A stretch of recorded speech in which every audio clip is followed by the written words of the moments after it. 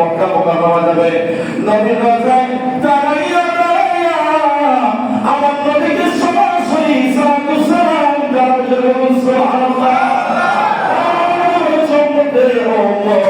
হাদিসের মধ্যে আমাদের বলেছে সরাসরি আমার রওজায় সালাতু সালাম জানানো তুমি মনে করো যে রওজার সামনে দাঁড়াচ্ছ, কিন্তু না তুমি এটা জেনে নাও যে বিভাগে সরাসরি সাহাবীরা আমার সাথে সাক্ষাৎ করেছে, আমার ইন্তেকালের পরে কেউ আমার রওজায় এসে আমার জিয়ারত করা হয়, সরাসরি আমি নবীর সাথে সাক্ষাৎ করে দেব। বলুন সুবহানাল্লাহ।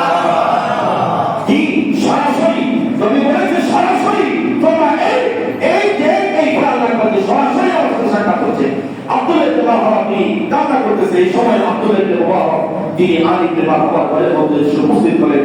আলী ইবনে মারহাবা তিনি আব্দুল ইবনে মারহাবাকে চেহারা দেখে বেখানা হয়ে গেলেন, তো সুন্দর মানুষ আমি কি বলে দেখি আমার ঘরের মধ্যে আসলো, আমার ঘর ভাঙা, তেমন কোনো কিছু নেই, মানুষ আমার ঘরে তেমন আসলো না, আমি গরিব মানুষ দেখে আপনার মধ্যে কি লোক আমার ঘরের মধ্যে আসছেন, আপনার পরিচয় কি? যখন বললো আমার নাম হচ্ছে আব্দুল ইবনে মারহাবা, সঙ্গে সঙ্গে হঠাৎ হয়ে গেল, কি আব্দুল ইবনে মারহাবা হচ্ছে তোর এই সময় সবথেকে বড় মুহাদ্দিস, সবথেকে বড় ফকিহ, সবথেকে বড় মুহাদ্দিস, সবথেকে বড় ফকিহ, সবথেকে বড় আলেম তৎকালীন সময় আব্দুল ইবনে মারহাবা যখন তার ঘরের মধ্যে হাজির হয়ে গেল, সে সঙ্গে সঙ্গে বেকার হয়ে গেল, চোখের পানি হয়ে গেল, বলতো হুজুর আপনি কেন আসছেন আমার ঘরে? বলতেছেন শোনো, আমি তোমার ঘরে আসছি এই কারণে, আমি এমনিতে আসি নাই, আমার নবী আমাকে তোমার ঘরে পাঠিয়েছে। সুবহানাল্লাহ। আর বলুন না সুবহানাল্লাহ। নবী যদি কাউকে তার ঘরের মধ্যে পাঠায়, আল্লাহু আকবার, আল্লাহু আকবার, তার দাম, তার সম্মান, তার ইজ্জত বড় বেশি, সেটা আমি বলতে পারবো না।